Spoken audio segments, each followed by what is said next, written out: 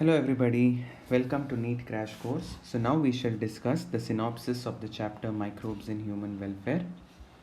So microbes are ubiquitous in nature, that is, they are found almost everywhere, they are cosmopolitan, they are found in high temperatures as well as low temperatures. And when we think of microbes, we think of viruses, viroids, prions, protozoa, bacteria, and fungi. As you all are aware, microbes are both harmful as well as useful to mankind. Now we shall discuss some of the useful aspects of microbes in this particular chapter.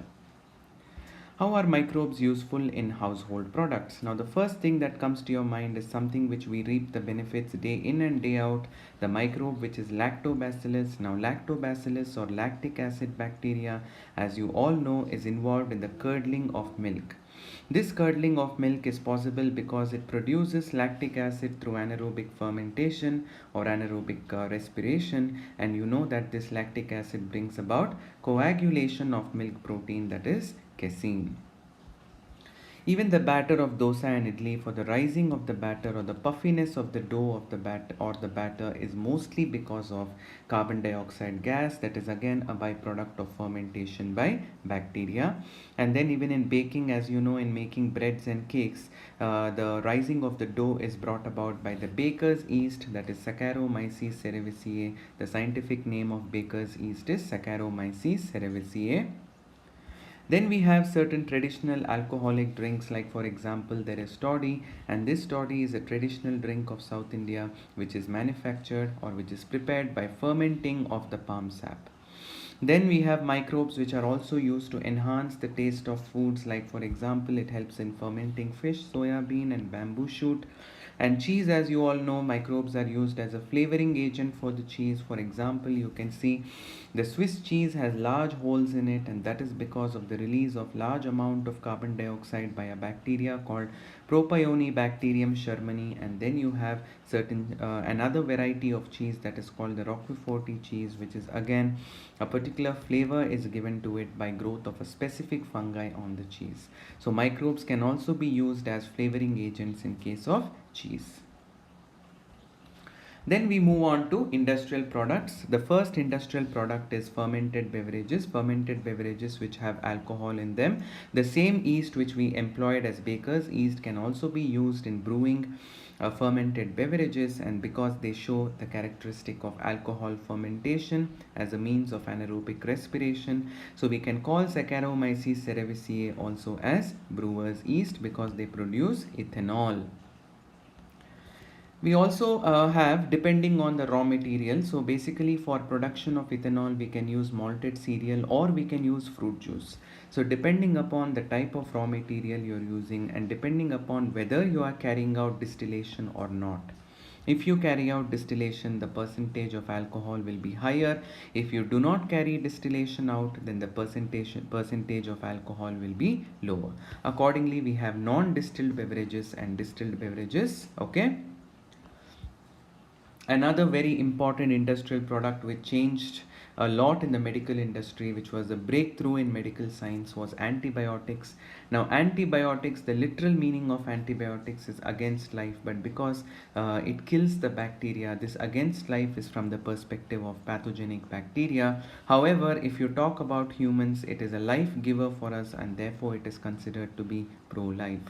And you all are aware about the accidental discovery of antibiotics by Alexander Fleming.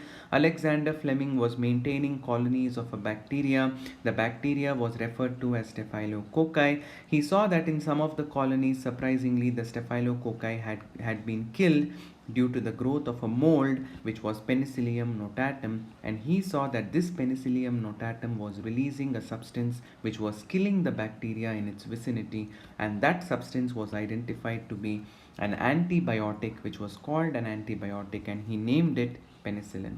And so he used this penicillin in order to destroy the bacteria that was causing a lot of infection in wounded soldiers of World War.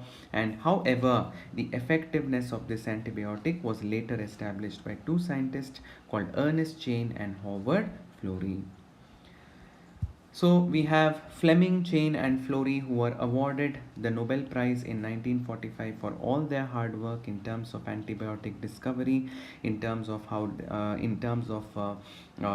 also describing its efficacy or its effectiveness. And later came many other antibiotics like tetracycline, streptomycin. They were all obtained by purification from microbial byproducts in culture, and it became a panacea, a miracle drug for the treatment of several communicable diseases like plague, whooping cough, diphtheria, leprosy, that were once upon a time dreaded diseases of the past. Even today, we have so many diseases which are becoming resistant to different antibiotics, or different novel antibiotics are being discovered each day. So that is one of the processes or research processes which is never ending, we must say. Now we shall move on to some of the industrial products which microbes give us. Now for example, we shall talk about organic acids. So we have fungus Aspergillus niger, which gives us a chemical product called citric acid. Citric acid is routinely used in confectionaries, in dyeing, in medicine, and in cleaning silverware, etc. Then we have certain bacteria such as Acetobacter aceti. Acetobacter aceti gives us organic acid called acetic acid. As you all know, acetic acid is used as vinegar in preservatives and in preparation of pickles. Then a bacterium called Clostridium butylicum gives us butyric acid, and butyric acid is used in preparation of esters, that is used as a food additive and animal feed and perfume additives. Then we already discussed about the curdling bacteria, that is lactobacillus, which produces lactic acid, which is used as a supplement, because when you curdle it, we also get vitamin B12 in the curd, which can be used as a nutritional supplement. We have fungus Saccharomyces cerevisiae. We discovered that it is also the brewer's yeast, which can provide us with alcohol, which is used as a beverage. And bacterium streptococcus. Now coming on to enzymes. So we finished discussing organic acids and enzyme and alcohol. Now moving on to enzymes, which are of extreme importance to mankind. For example, you have this bacteria called streptococcus, and streptococcus is a source of an enzyme called streptokinase, which is used as a clot buster. It is used in atherosclerosis, where there is formation of a clot in coronary artery, and this streptokinase enzyme is known to dissolve those clots and help patients who are suffering from heart attack or coronary artery diseases. Then we have a fungus called Trichoderma polysporum. Trichoderma polysporum is a source of a bioactive molecule. BAM stands for bioactive molecule cyclosporin A. Cyclosporin A is used as an immunosuppressant drug, especially those patients who have undergone transplantation surgery, so that their immune system does not reject the organ that they have received from the donor. They are treated with immunosuppressant drugs, and this cyclosporin A is used as an immunosuppressant agent. And then we have a fungus, a yeast, which is called Monascus purpureus, and this Monascus purpureus is a source of a drug, a bioactive molecule that is called statin, and this statin inhibits the enzyme that is involved in cholesterol synthesis. It decreases the cholesterol production in the body. As a result, it lowers the blood cholesterol levels. Then we have a fungus called Candida lipolytica, and this fungus is a source of a very important enzyme called lipases, which is routinely employed in detergents. Like for example, the detergents can help in getting rid of oil stains on your clothes, isn't it, and on the vessels, and therefore these detergents are provided with lipase enzymes. Also, if you bring fruit juices from the market, you can see that the fruit juices are very clear as opposed to what we make them at how we make them at home. That is because these fruit juices are treated with certain clearing agents like pectinases and cellulases. Okay, so these are some of the enzymes of industrial importance that are provided by microorganisms. And also you can see how Candida lipolytica can be used in flavoring and cheese, and it is also used as a biocatalyst. Now moving on to sewage treatment, microbes in sewage treatment. In sewage treatment plants, basically two steps are carried out. One is called primary treatment and one is called secondary or biological treatment. Primary treatment is you remove any kind of suspended particle in the sewage. For example, you remove debris by filtration, and you also remove the grit or certain soil particles or certain other particles by sedimentation or allowing them to settle. And whatever particles that settle down in the sewage is referred to as the primary sludge, and the clear solution, which is the supernatant, is then passed on to another tank to carry out what is referred to as the secondary treatment or the biological treatment. So what happens in secondary treatment is you are passing this effluent, the supernatant or the suspension that is obtained after the primary treatment. You are passing it into large aeration tanks, and into this effluent you are passing a lot of oxygen gas. And when you pass a lot of oxygen gas, there is a rapid growth of all the aerobic bacteria and fungi which are already present in the sewage. And because you are pumping in a lot of oxygen, these microbes grow and they form masses, tangled masses of fungal hyphae along with bacterial cells to form what is referred to as the flocks.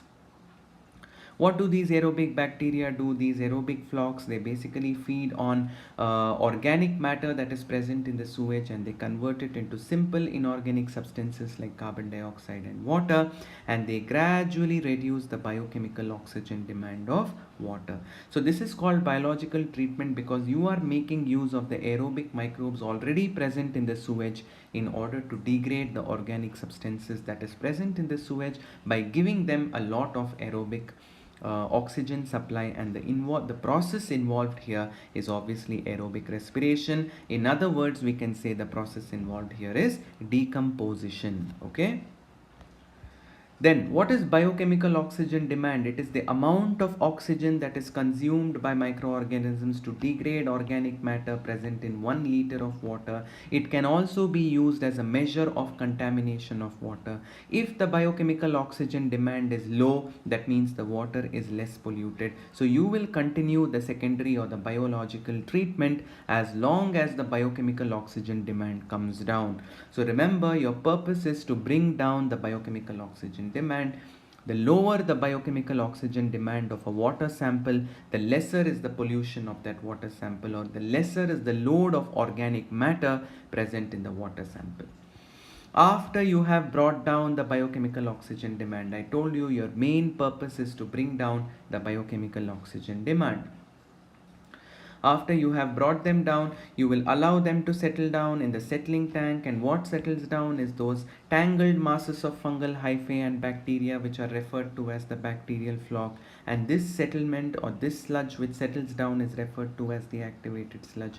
A small amount of this activated sludge is put back into secondary treatment because you need more and more aerobic microbes there in a tank where you're pumping in oxygen so that the decomposition happens at a greater efficiency. So some of this activated sludge is inoculated back into the secondary treatment or the biological treatment aerobic sludge digesters. Okay, and then what you do is the remaining flocks which have settled down to the bottom, you put them in another tank which is referred to as anaerobic sludge digesters, where you don't provide any oxygen whatsoever.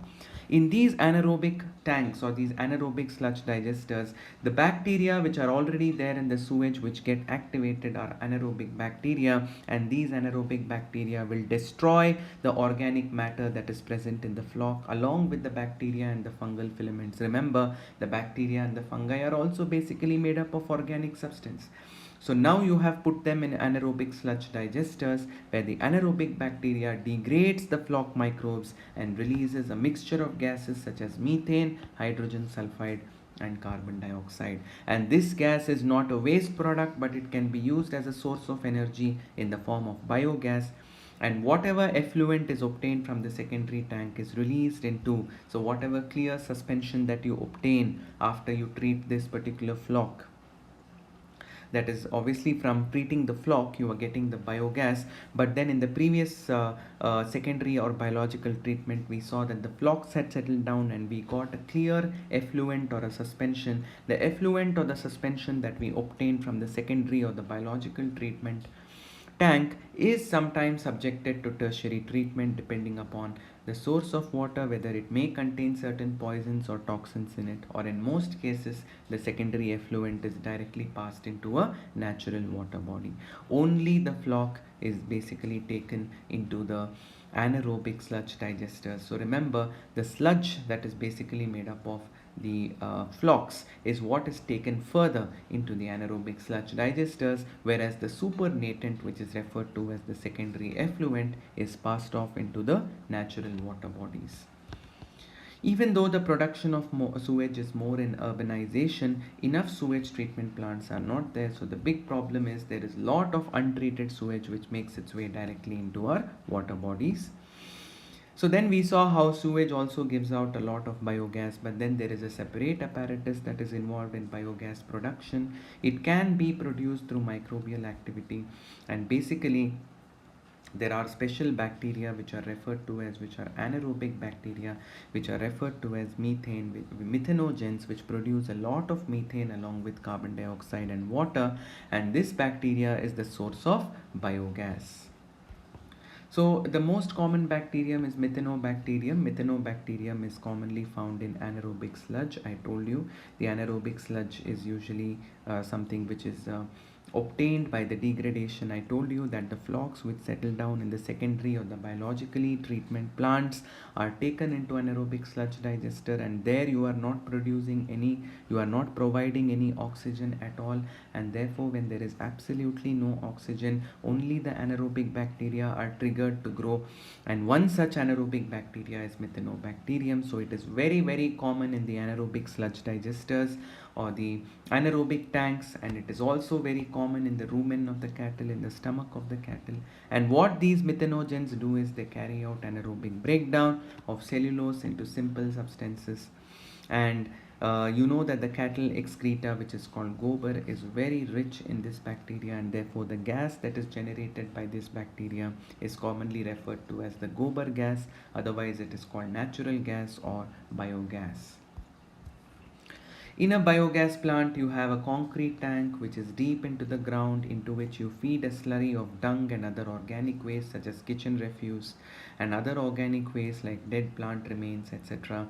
And then this tank is fitted with a floating cover, so that when the gas accumulates inside, the floating cover can slightly rise, giving you the idea that yes, the process of anaerobic digestion is happening inside, and the floating cover is connected to a pipeline which delivers gas to the household. And then you have another outlet where you can remove the spent slurry. After anaerobic digestion has happened, the spent slurry can be used as a fertilizer, and this is something which is very common in villages that you see. It is mainly developed in Indian villages by the efforts of Indian Agricultural Research Institute and Khadi and Village Industries Commission. And then moving on to microbes as biocontrol agents. Biocontrol agents means microbes can act as agents which kill pests and insects. Now see, we are using a lot of synthetic pesticides and chemical insecticides. By using chemical pesticides and insecticides, you are only letting in toxins to the surrounding environment, and these are entering the food chain and they are poisoning animals and plants in the surroundings. So therefore, to overcome these toxic chemicals, we can use microbes to control insects and pests. We are also using weedicides to kill unwanted plants, but in turn it is polluting the soil. The biggest problem is use of chemical fertilizers, chemical pesticides, chemical insecticides, and chemical weedicides to control insects and pests and weeds, because we are introducing these toxins into the food chain. How do we overcome them? We overcome them by using organic farming. In organic farming, what you do is you use bio-safe material, eco-safe material, in order to control the growth of insects and pests in the farm, in the agricultural farm, and also like we mentioned, in order to control the growth of unwanted plants or weed. By using these biosafe or eco-safe material or other microorganisms which don't harm the plant, which do not pollute the environment, you are not introducing toxins into the environment, isn't it? In organic farming, what we do is we use certain natural predators. Now these natural predators are natural. They may be insects or they may be certain microorganisms which destroy other insects and pests, which may pose a threat to your crop production, which may pose a threat to the yield and crop production. So by using these natural predators which are already occurring in nature, by using natural insects, by using natural microbes which are already present in the nature, you are keeping the insects and pests under control, and you are also not introducing toxic chemicals into the surrounding environment, isn't it? By doing so, you are maintaining a sustainable ecosystem. You are not introducing foreign agents into the natural environment. You are making use of the available resources. You are maintaining the delicate balance in the ecosystem. For example, you can use ladybird beetle in order to, as well as dragonflies, in order to control sap suckers like aphids which destroy crop plants, as well as mosquito can be controlled, and can be mosquito populations can be kept under check by using dragonflies. Like, see how you're using a natural predator. You're not spraying some insecticide to kill the aphid and mosquito. By spraying insecticide, it will enter the food chain, it will poison the soil, it will cause diseases in case of human and other animals, etc. So by using these natural predators like ladybird, beetle and dragonflies, you are keeping a check on the population of aphids and mosquitoes. Butterfly caterpillars, we had learnt in biotechnology that caterpillars become very rampant in agricultural fields, and they can bring about a lot of destruction to the crop plants. And how do you control these butterfly caterpillars? By spraying spores of a bacteria called Bacillus thuringiensis. This bacterium called Bacillus thuringiensis produces spores. You can use the dried spores of this bacteria by mixing it with water and spraying it onto the plants. When the insects, that is the larvae or the caterpillar, feed on this spore, then this spore will enter their gut, and in the gut the toxin that is present will be released and it will get activated. It bores holes in the epithelial layer of their gut wall, and therefore it kills the caterpillar. It does not cause any harm to other insects. Sometimes when you spray an insecticide, even the beneficial insect will die. Not only will the insect which is acting as a pest which you want to eliminate may die, but also another insect which is required for the general well-being of the plant, which is beneficial to the plant, even that may get eliminated. So this is not going to happen by the use of such organic farming methods or certain natural predatory methods. However, here we are using a natural predator, which is a natural bacterium called Bacillus thuringiensis. You're using the spores from them in order to control the caterpillar. Trichoderma is a fungus. It is a free living fungus which grows in the root ecosystems. It is effectively used in controlling. It provides natural immunity to the plant. It provides immunity to the plant against various plant pathogens. Then there is a virus, a pathogenic virus that is called baculovirus, which can kill a lot of arthropod vectors, including a lot of insect pests. So if you want to destroy insects associated with certain plants which are eating away the plant body, you can use these pathogenic viruses such as baculovirus, and they are called as biocontrol agents. Especially the baculoviruses which belong to the genus Nucleopolyhedrovirus. It is very species specific. That means it acts only on a particular species of insects. It will not kill other insects, and therefore it is said to be of a narrow spectrum. Narrow spectrum means it acts against a specific insect. It will not kill the other beneficial insect which may have some beneficial role to play in the life of a plant or the crop. They are known to control several diseases like potato beetles and several insects. They are known to destroy several insect pests like potato beetle, aphids, as well as corn borers.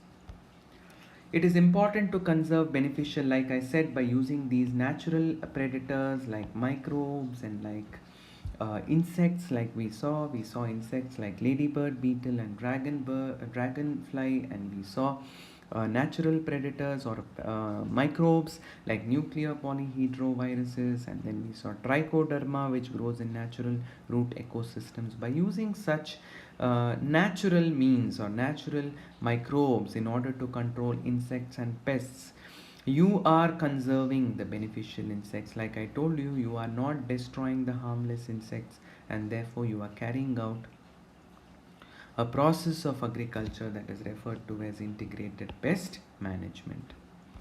Then you can use microbes as biofertilizers. Mostly we use bacteria, fungi and cyanobacteria. Now if you use chemical fertilizers, what happens is the chemical fertilizers may destroy the chemical nature of the soil, or sometimes when it rains you can see that they get seeped into the nearest water bodies and they enter the food chain. They poison the water bodies, they cause eutrophication, they choke the water bodies to death by causing a blanket of plants to grow on them. All this is happening. So you can use biofertilizers in the form of microorganisms like bacteria, fungi, and cyanobacteria to enrich the nutrient content of the soil. So, for example, you can use rhizobium to enrich the nitrogen content. Rhizobium, of course, forms symbiotic colonies in the root nodules of certain leguminous plants. It may also form symbiosis with certain non-leguminous plants, and then you have free living forms like azospirillum and azotobacter, which are known to carry out nitrogen fixation, which enrich the nitrogen content of the soil. Then you have fungi like glomus, which is involved in formation of symbiotic association with roots of higher plants, which is referred to as mycorrhiza, and this mycorrhiza provides the roots with certain it absorbs phosphorus and water and certain mineral ions to the root, whereas the plant provides carbohydrate and shelter to the fungus.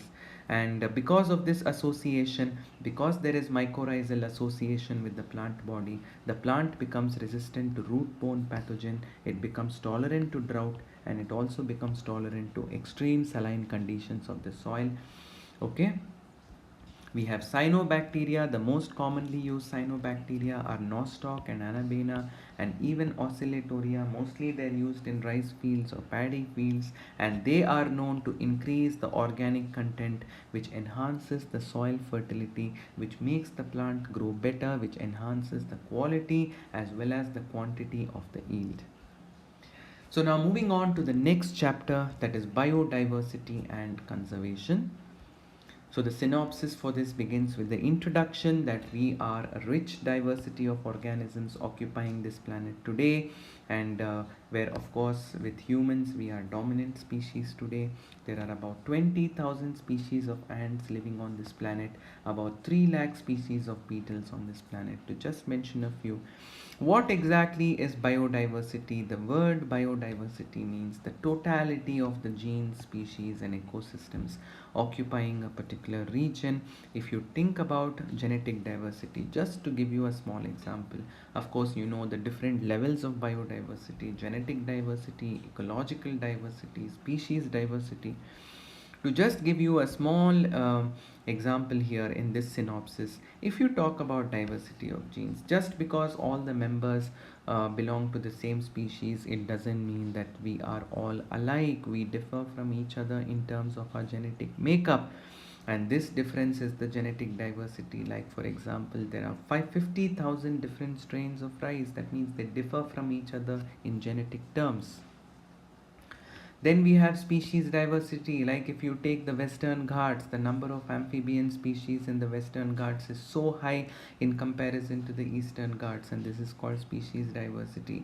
Ecosystem or ecological diversity, you can compare India, which is a tropical country, with a temperate country like Norway. You can see India has vast stretches of ecosystem which you will not find in another temperate country.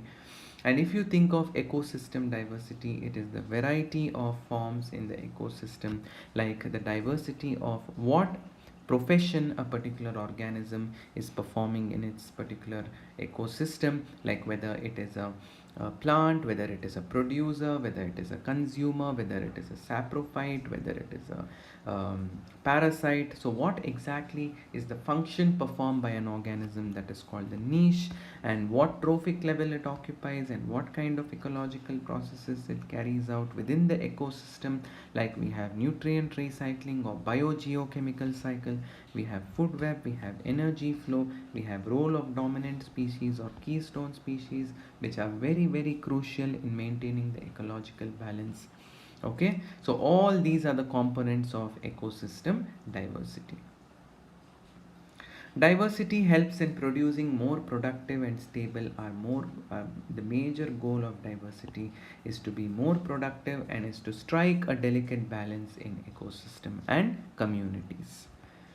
According to IUCN, there are more than 1.5 million species of plants and animals living on this planet today, but not many have been described yet. A very small percentage of these 1.5 species have been probably described till date.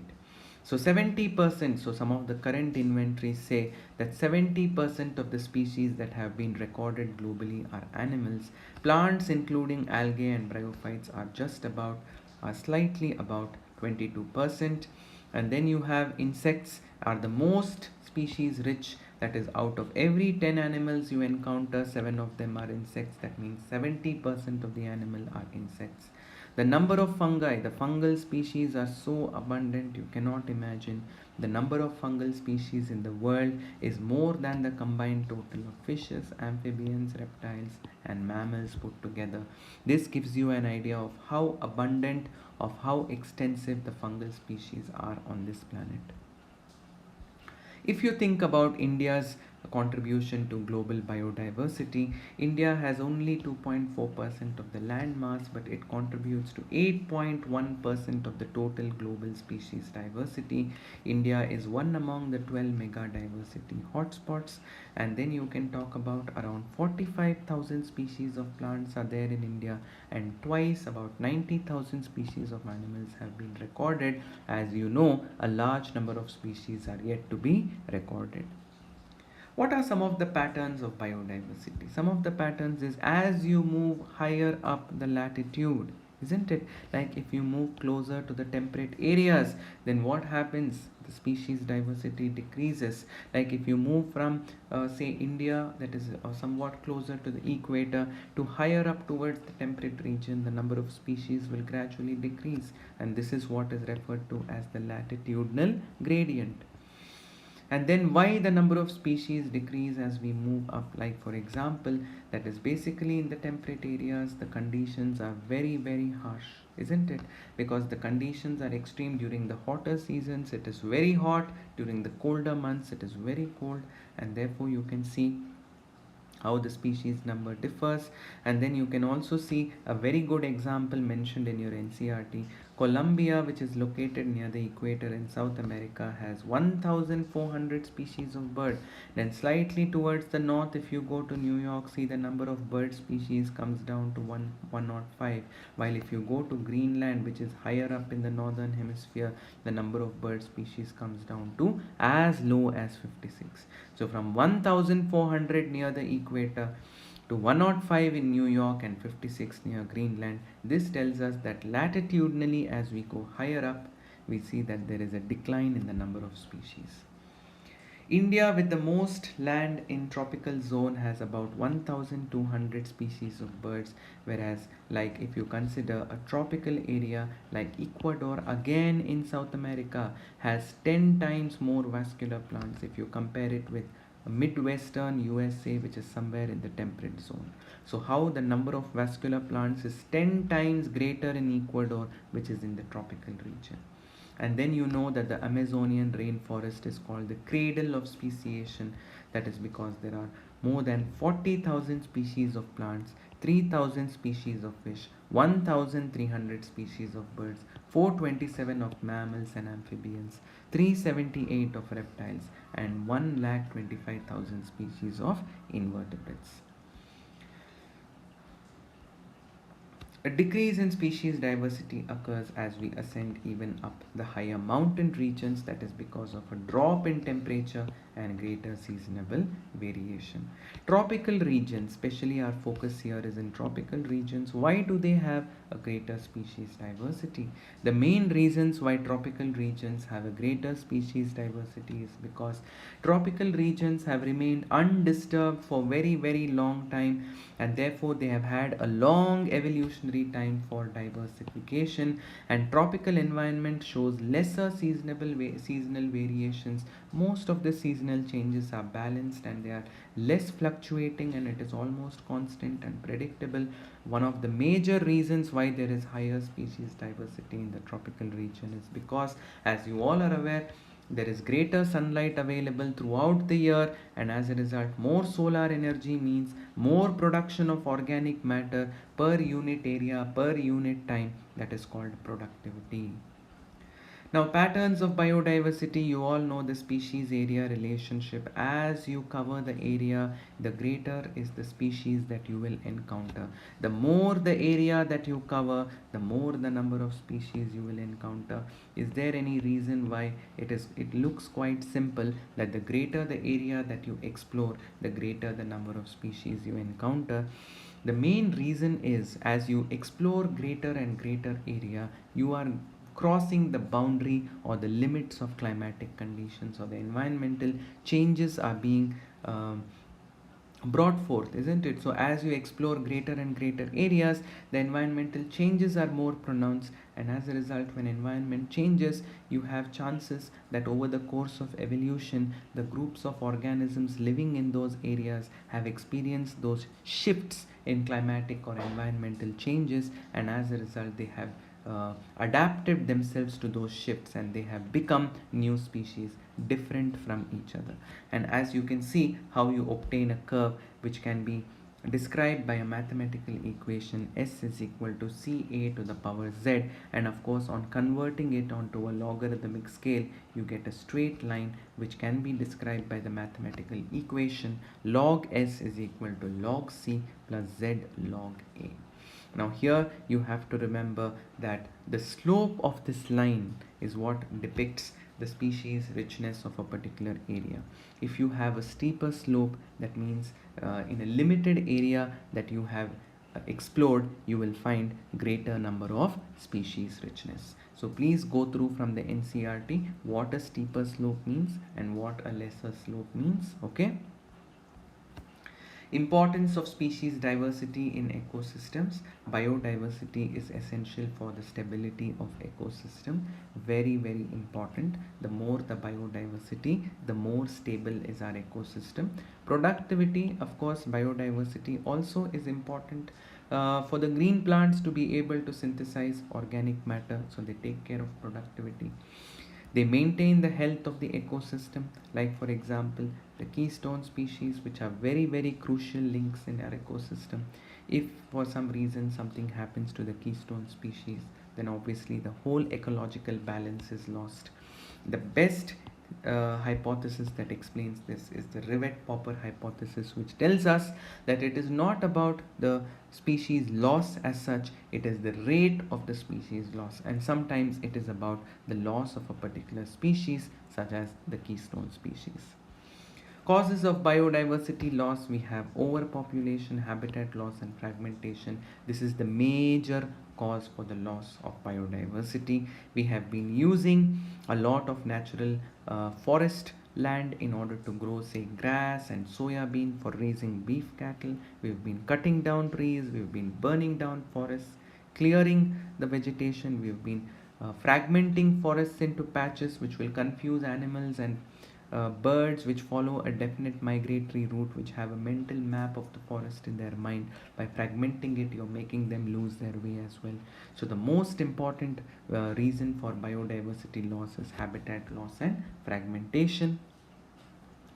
Then you have loss of habitat, such as annihilation of plants and microorganisms, and you're forcing out animals out of those land in order to they make new land their habitat, and therefore they start entering alien land and they die out after some time. And animals which require larger territories, like I told you, you are dividing the forest into patches, and those animals which need larger territories to survive are going through a lot, and they are the ones that become eliminated from those populations. And like we see how tropical forests have been reduced from 40% to almost 6%, especially there is the dwindling Amazonian rainforest, which is considered to be the lungs of the planet. Overexploitation, so many species have become extinct today, like the dodo, the passenger pigeon, 3 subspecies of tiger, and stellar sea cow have become extinct due to in the last 500 years due to exploitation by humans. Alien species invasion. Now when alien species are introduced from a foreign land into a particular local land, then obviously they are going to compete with the local varieties, and they may become dominant, and they may drive away the local species of plants and animals. Some of the common examples of plants include lantana and what is referred to as the Eichhornia, that is the terror of Bengal, which was introduced for its ornamental flowers, and now see how Eichhornia has taken over the local varieties. You see it growing on every other inland water body that you can find. And also there were fishes which were introduced, like from African catfish, that is Clarias garipinus, which was thought to have which was thought to bring some benefit to our aquaculture practices, but today it has become a threat to our local catfish in our rivers and in our water bodies. And co-extinction, like for example, if one species become extinct, then another species that depends on it, for example the plant pollinator relationship, the yucca plant will become extinct if the moth Pronuba eucacella becomes extinct, because they cannot live without each other. Similarly, close relationships like this between plant and pollinator can prove to be disastrous when one of them become extinct and the other one soon follows. Why should we conserve biodiversity? Some of them say, some of them have a very narrow perspective, or the narrowly utilitarian argument, which says that because we get food, because we get fats and oils, because we get firewood, and because we reap so many benefits like timber, fibers, and industrial products, see, nature is giving us so much, so we have to conserve it. So this is being very mean. That is, just because nature is giving you something, you are conserving it, isn't it? And also drugs, nearly 25% of the drugs being used are directly coming from plants, and about 25,000 species of plants are used today by native people for traditional medicines. And the science which is involved in exploring the molecular, genetic, and species level diversity for products of human importance is referred to as bioprospecting. So what this narrowly utilitarian argument says is, just because nature is giving you products of economic importance, you need to conserve nature. It is a very selfish way of looking at it. What about broadly utilitarian? Here you're going to think about some of the ecosystem services. You have to preserve nature because nature is silently, without expecting anything in return, nature is doing us lot of favors. It is giving us oxygen, Amazonian rainforest, which is why which is called as the lungs of the planet, contributes 20% of the atmospheric oxygen in our in the earth today, in the earth's atmosphere. And you cannot attach a price tag to the pollination that is carried out by insects on flowering plants, and we eat so many fruits which are a product of pollination. Can you attach a price tag to this? You cannot. You cannot describe these things in terms of economic importance. These are services which are handed over by the ecosystem to us. Ecosystem is not asking any money from us, it is not asking anything in return. And then you have climate regulation, which is done by nature. You have plants which act as aquifers, which preserve the groundwater, which we reap the benefits of which, and then which plants which also provide us natural control over flood and erosion, isn't it? And then there is nature that carries out nutrient cycling, and then there is aesthetic value. You just want to get rid of the city life, you go out somewhere, you spend a nice vacation in the wild, you go out trekking, you take a walk in the forest path that is strewn with flowers and with plants on either sides, and you derive that aesthetic pleasure. This is something which you cannot attach a price tag to. This is called broadly utilitarian argument. You should be broad in your thinking, and these are the reasons why you should conserve nature. Ethical is that every living organism has the right to survive, and therefore it is our right as supposedly the most evolved species on this planet to conserve them. So every living species, just like we have the right to live on this planet, even a tiny ant has an intrinsic value and it has the right to live. And taking care of their well-being is our ethical, moral, and spiritual duty. So this is something which is on a spiritual basis. Everything that is living has the right to live, has the right to occupy space on this planet. We are nobody to eliminate them. So this is called the ethical argument. How do we conserve? We need to conserve by efficiently, scientifically managing biodiversity. What are some of the methods of conservation? In situ means you conserve the tiger in the forest. Now, if you want to conserve the tiger, you conserve its home, isn't it?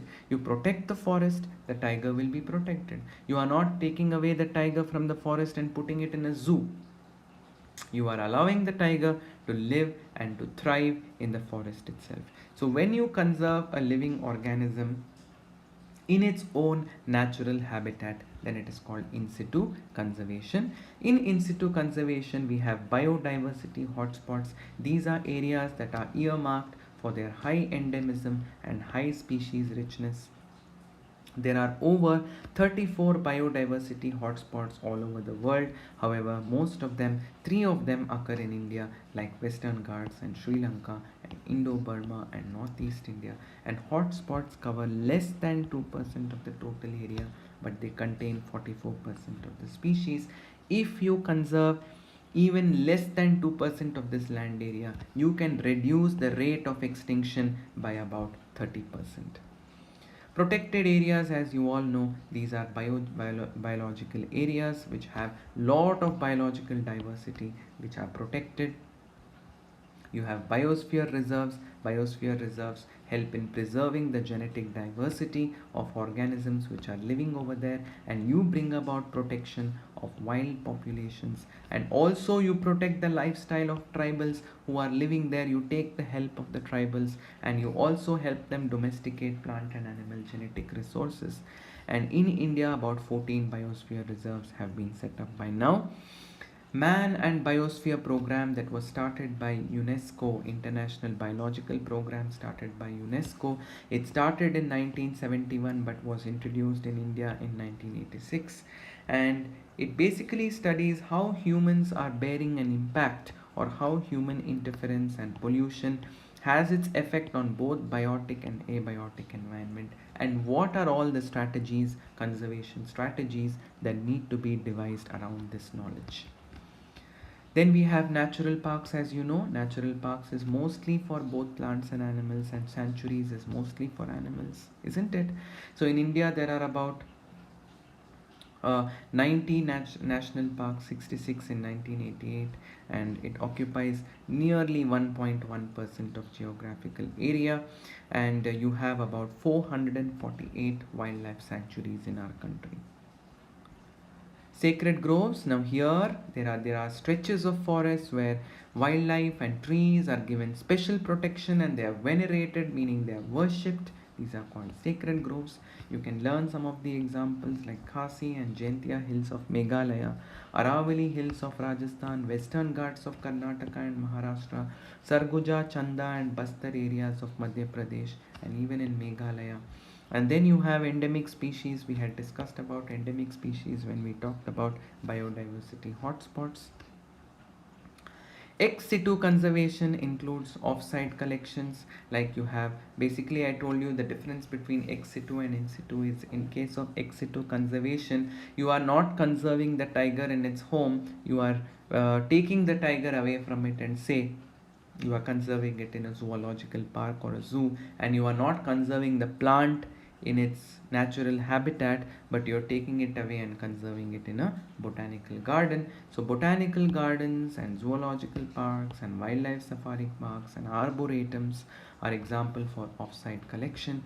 And then you have some important aspects is where sometimes you can also preserve the eggs and the sperm of these animals, and can be preserved in liquid nitrogen, and plants can also be propagated mostly through tissue culture.